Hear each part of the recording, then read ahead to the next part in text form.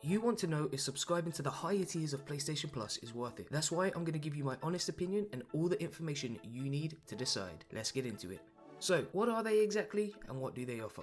Extra and Premium are the highest tiers of the new PlayStation Plus model. Subscribing to them gives you your normal member benefits, such as your monthly games and online multiplayer access, but each tier has additional perks. The Extra tier grants you access to a catalogue of PS4 and PS5 games for you to download and play as much as you like whilst your subscription is active. The Premium tier offers you all of that, plus an extended catalogue of PS3 games for you to stream, streaming capabilities for most games, remakes and remasters, and some PS1 and 2 games as well.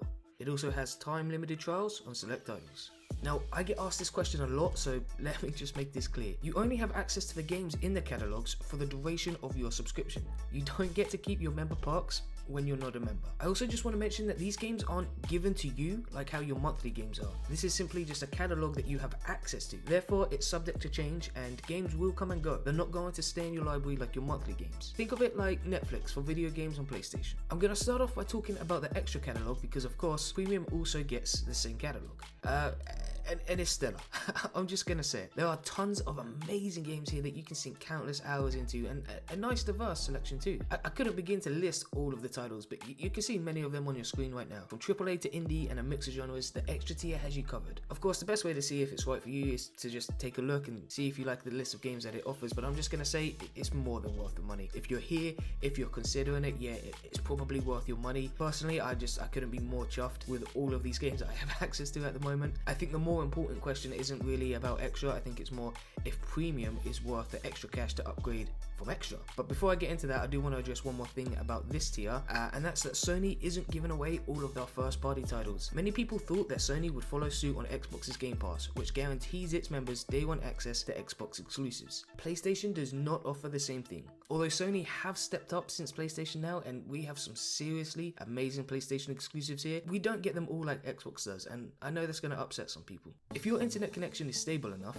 PlayStation Premium allows you to stream almost any of the games in the catalogue. This is astronomically valuable. I don't have to wait to download games, I can just pick them up and play, which is especially helpful if I'm not sure if I like a game. I can test it without having to waste my time. It's also a massive storage saver, and it's just nice to have this huge selection of games at your disposal, ready to play at an instant. Now, of course, there have been mixed experiences with streaming, but so far I've personally had no problems. Everything's worked fine and I've had minimal input lag, but of course, I can't guarantee you'll have the same experience. In fact, if your internet connection isn't suitable, you won't be able to stream any games at all. So not only do you lose a really neat feature, but you're just going to lose access to the bulk part of the Premium Classic catalogue, the PS3 games which are only available via streaming. You can still download the remasters, which come with the Premium tier, but still, you'll be missing out on a lot of games. Overall, the Premium exclusive Classic catalogue is decent. I wouldn't say it's nearly as impressive as the Extra catalogue, and if you're someone who's considering Premium because you really want to sink your teeth into some classic games, you're probably going to be disappointed. I find the current selection of much older titles to be extremely underwhelming. Maybe it's just me, but the way Sony hyped up their classic catalogue before the revamp made me think that they invested some serious work into bringing back old fan favourites. I know a ton of people who are desperate for GTA 4 to be on the service. It's not. And if you're mostly concerned with playing much older titles or even just some of the biggest fan favourites from the PS3 era, I wouldn't bother here. Most of the PS3 games that you can stream kind of feels like an afterthought. It's a nice little bonus to entice you to spending that little bit more on the service each month, but it's not huge value. Don't get me wrong, there are some great PS3 titles here and some remarkable hidden gems, but if you were hoping for Sony to pull something out of the bag with this one, I just definitely think you're going to be disappointed. I personally was. Of course, there's another benefit of Premium, which is the game trials. There's not a whole lot to say about these though, they're just time limited trials of just select games for you to test out. If you like it and decide to buy the game, your progress will carry over. It's a neat feature, I'm glad they added it. I hope to see more games added to the trials list in the future. It's just not something I'd consider paying extra money for. For me personally, and I think for a lot of people, the real value from Premium comes from its streaming capabilities, which is why I need to stress the importance of a stable internet connection if you're considering the highest tier. However, the remasters which you can download from this tier feature some exceptional games too, so maybe some people consider the remastered catalogue alone worth the extra money. Would I personally? Probably not. If I couldn't stream games, I'd probably only upgrade to Premium for 1 month here and there just to play a couple of the remasters, but for the most part, I'd just be sticking to Extra. So what are my final thoughts? Extra is definitely worth it.